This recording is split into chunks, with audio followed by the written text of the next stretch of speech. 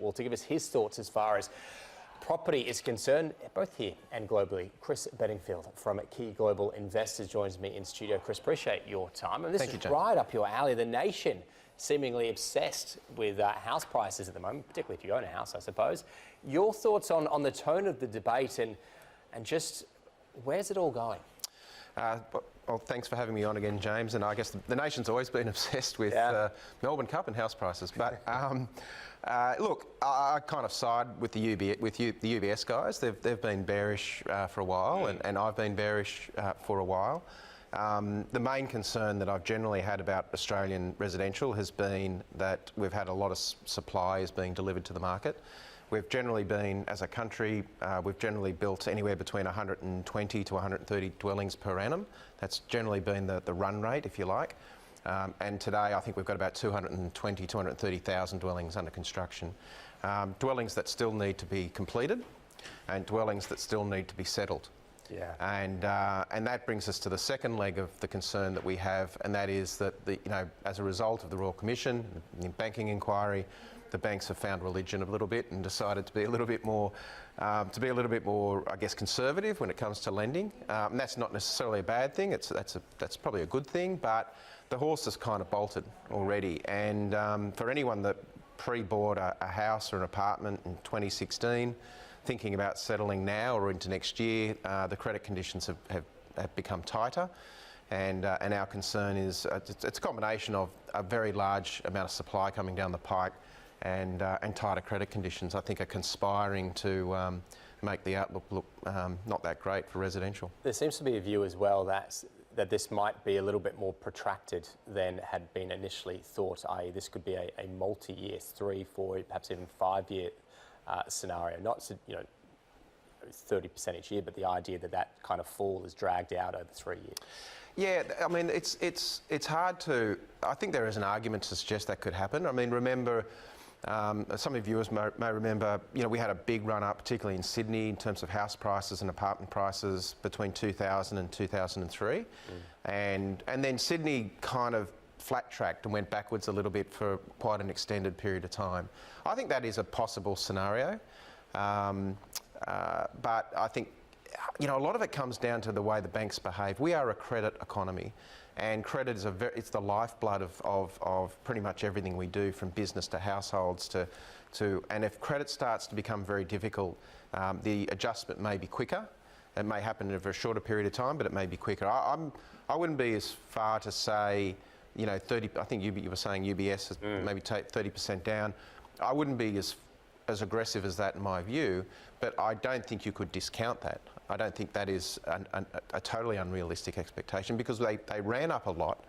Yeah. And the way we sort of think about real estate happens in residential, but we think about it the same way in terms of commercial. Is real estate is nothing more than a widget at the end of the day. If it costs $5,000 a metre to build an apartment and you can sell it for $10,000 a metre, you're going to get people supplying the market, and they'll continue to supply the market so long as there's a profit motive to be there. So prices have to fall a fair way to stop that supply coming, and that can happen over a short period or it can happen over a long period. So it's really hard to put timing on this. All we know from a real estate point of view is prices are too high relative to cost, and they have to, in economic terms, they have to come down to stop that supply spigot. I was talking to Sally Earle, the chief economist at JP Morgan, yesterday about property, and she made the interesting point of her opinion, it does come down to credit. In particular, at what point does the RBA start to get worried? And she suggested if you start to see, if you start to see an acceleration in a slowing of credit being made available, particularly sort of, there was a 2 in front of it as far as the credit growth was concerned. Yeah. That maybe would start to worry the RBA, as opposed to just a simple fall off in house prices, because as to your point, in context, it's risen enormously. So much, yeah. So it's more about the free flow of credit into the economy. That's exactly right. It's not so much that house prices are falling. That's not the issue. The issue is the availability of credit.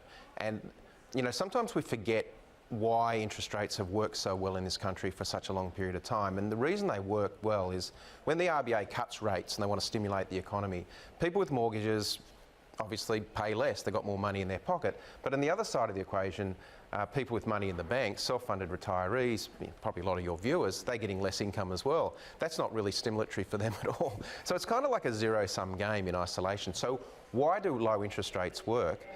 They work because it encourages more credit. It encourages the creation of new loans and the creation of new money, and that new purchasing power then filters through the economy. Why does the RBA raise interest rates? They raise interest rates to send a price signal to tell people not to borrow as much. It's becoming more expensive, and to restrict credit. So what's happening right now is because credit is now becoming tighter, it's the same economic effect of rising interest rates. Even though the RBA hasn't moved, the economic effect is that we're getting rising interest rates, not because rates are going up, but because credit's harder to come by. And that is the whole point of rising interest rates, which is why we sit here and say, when we look at the housing market, we look at the credit market, we're seeing banks and the way they're behaving. You know, we've said this for a while, and we still stick to this view, and it's not a common view. We think the risk is the next move is down for the RBA, not up, because eventually that will start showing up in the data. That is going to start showing up in economic performance. This Christmas will be interesting.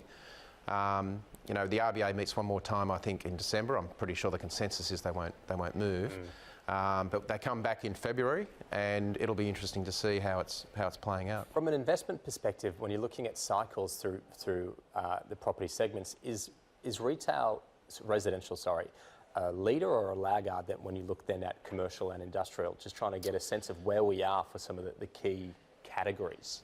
Yeah, I don't know if it's necessarily consistently a leader or a lagger. I think they generally beat to their own drum a little bit. I think in this instance, what has happened is it is a bit more of a leader, because remember, the reason we're in this situation that we are is that the RBA saw the mining cycle, the CapEx mining cycle, finish in 2011, 2012, 2013, and that baton needed to be passed on to someone. And so by dropping interest rates, they passed the baton on to the residential market and therefore the construction industry and all of the services that go with it. You know, the lending market, you know, lawyers, council, Bunnings, everyone that gets involved in the residential market. So I think in this instance, it is a bit of a leader. And now the resi market, along with the banks, is now saying, okay, well, we're done. Who's next? Who's taking the baton from here? And yeah, it would be, I think the RBA would like to see business invest more and take up the baton. But at the end of the day, in my experience as a banker, my experience as a research analyst, and now as a fund manager, is that boards like customers walking through the door and then they invest. They don't sort of invest first and hope the customers come through later. So if the resi market continues to weaken and households start to save more and spend less, that's less money for business, and that might actually have a counter effect on business investment. All right, Chris, we've got to leave it there. Good as always to have you on board. Thank you very much. Thanks.